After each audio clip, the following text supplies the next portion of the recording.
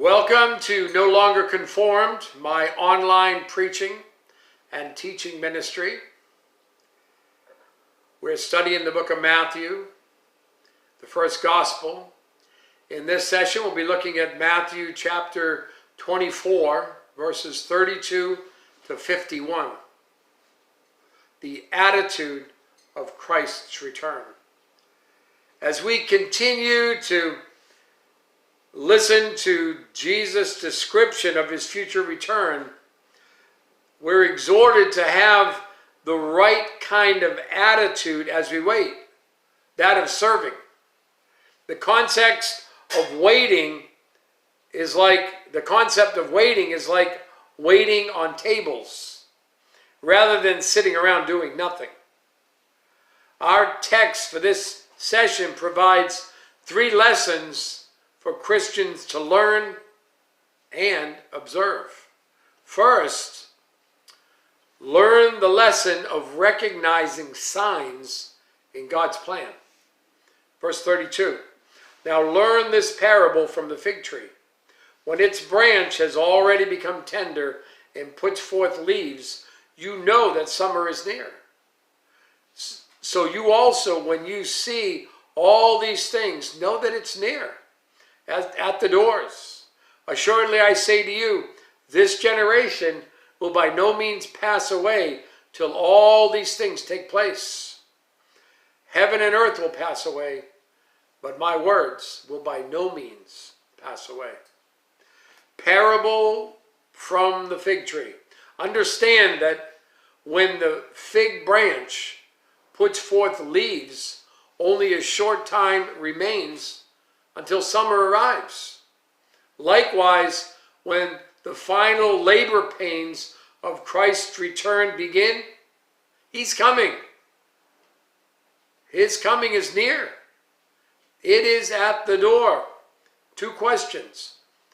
What are all these things that it's talking about? All these things. Well, the abomination of desolation, the persecutions and judgments, the false prophets, the signs in the heavens, the return of Christ, the gathering of the elect. The other question, so what are all these things? And then second, when do all these things take place? The phrase, this generation, cannot possibly have referred to the generation that was living at the time of Jesus' words. And why is that? Well, because the events identified did not take place in their lifetime.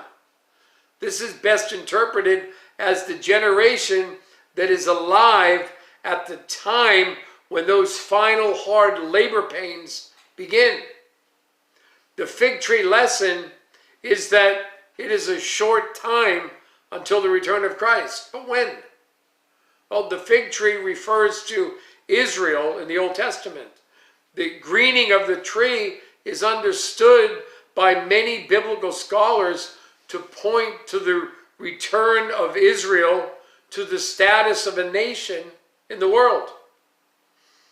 In AD 70, Israel was destroyed and dispersed.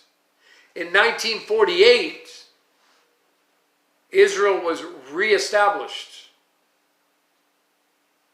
I'm with those who hold to this interpretation of interpreting these things. We have the assurance of Jesus Christ himself that whatever he declares will come to pass. You can place all your hope on his words. It was prophesied by Isaiah. Isaiah 24, verses 18 to 20. And it shall be that he who flees from the noise of the fear shall fall into the pit, and he who comes up from the midst of the pit shall be caught in the snare. For the windows from on high are open, and the foundations of the earth are shaken. The earth is violently broken, the earth is split open, the earth is shaken exceedingly. The earth shall reel to and fro like a drunkard, and shall totter like a hut. Its transgression shall be heavy upon it, and it will fall and not rise again. It's prophesied in the New Testament, here by Jesus, and then by Peter, and then finally by John in the Revelation. 2 Peter chapter 3, verse 10. But the day of the Lord will come as a thief in the night, in which the heavens will pass away with a great noise, and the elements will melt with fervent heat. Both the earth and the works that are in it will be burned up. Therefore, since all these things will be dissolved, what manner of persons ought you to be in holy conduct and godliness, looking for and hastening the coming of the day of God, because of which the heavens will be dissolved, being on fire, and the elements will melt with fervent heat. Nevertheless, we, according to his promise, look for new heavens and a new earth, in which righteousness dwells. Second, learn the lesson for being ready for Christ's imminent return. Verse 36. But of that day and hour no one knows, not even the angels in heaven, but my Father only. But as the days of Noah were, so also will the coming of the Son of Man be. For as in the days before the flood, they were eating and drinking, marrying and given in marriage, until the day that Noah entered the ark, and did not know until the flood came and took them all away. So also will be the coming of the Son of Man. Then 2 men will be in the field, one will be taken and the other left. 2 women will be grinding at the mill, one will be taken and the other left. Watch therefore, for you do not know what hour your Lord is coming. But know this, that if the master of the house had known what hour the thief would come, he would have watched and not allowed his house to be broken into. Therefore you also be ready, for the Son of Man is coming at an hour you do not expect. That day and hour no one knows. The disciples wanted to fix a time, but it was not for them to know. But they didn't give up trying. In Acts chapter 1 and verse 6, just before Jesus ascended. Therefore, when they had come together, they asked him, saying, Lord, will you at this time restore the kingdom to Israel? And Jesus answered them again and gave them his priority. Verses 7 and 8 of Acts chapter 1. And he said to them, it is not for you to know times or seasons which the Father has put in his own authority, but you shall receive power when the Holy Spirit has come upon you, and you will be witnesses to me in Jerusalem and in all Judea and Samaria and to the end of the earth. This passage emphasizes the character Jesus expects of all his disciples: faithfulness, watchfulness, stewardship, expectancy, and preparedness. He taught all these qualities in these verses. Why? Christians should be different than the world. And then notice the illustration he uses. As the days of Noah were. Jesus was not referring to the extreme wickedness that is outlined in Genesis chapter 6, verse 5. Then the Lord saw that the wickedness of man was great in the earth, and that every intent of the thoughts of his heart was only evil continually. No, Jesus was instead speaking of the preoccupation with the routine activities of eating and drinking and marrying. Judgment will come suddenly. They received warning in the days of Noah, his preaching, and the presence of the ark. But they were not concerned, and they were swept away in judgment. There are 3 things that are important to having an attitude of being ready. First, Jesus' return will bring judgment for the unbeliever. Believers need to be sharing the gospel. Second, Jesus' return will occur at a time which is unknown. And then third, Jesus' return will be when you least expect it.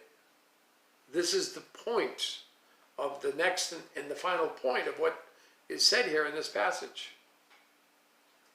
Learn the lesson of being prepared for Christ to delay his return. Did you hear that? Learn the lesson of being prepared for Christ to delay his return. Verse 45. Who then is a faithful and wise servant, whom his master made ruler over his house, to give them food in due season? Blessed is that servant whom his master, when he comes, will find so doing. Assuredly I say to you that he will make him ruler over all his goods.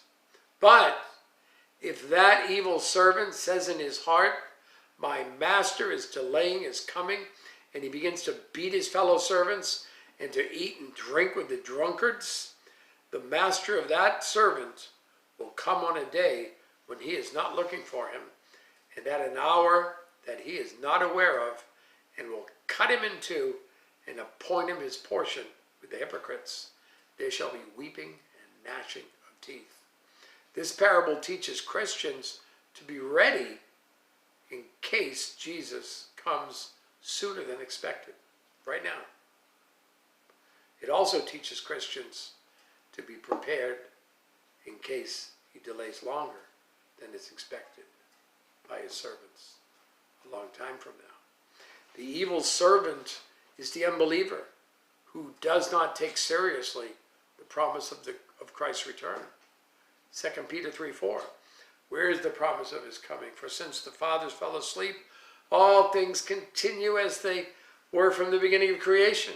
Listen, hell is for everyone who neglects Jesus' salvation. Someone wrote, hell is hot and eternity is long. The description of hell is not nice. Matthew chapter 24, verse 51.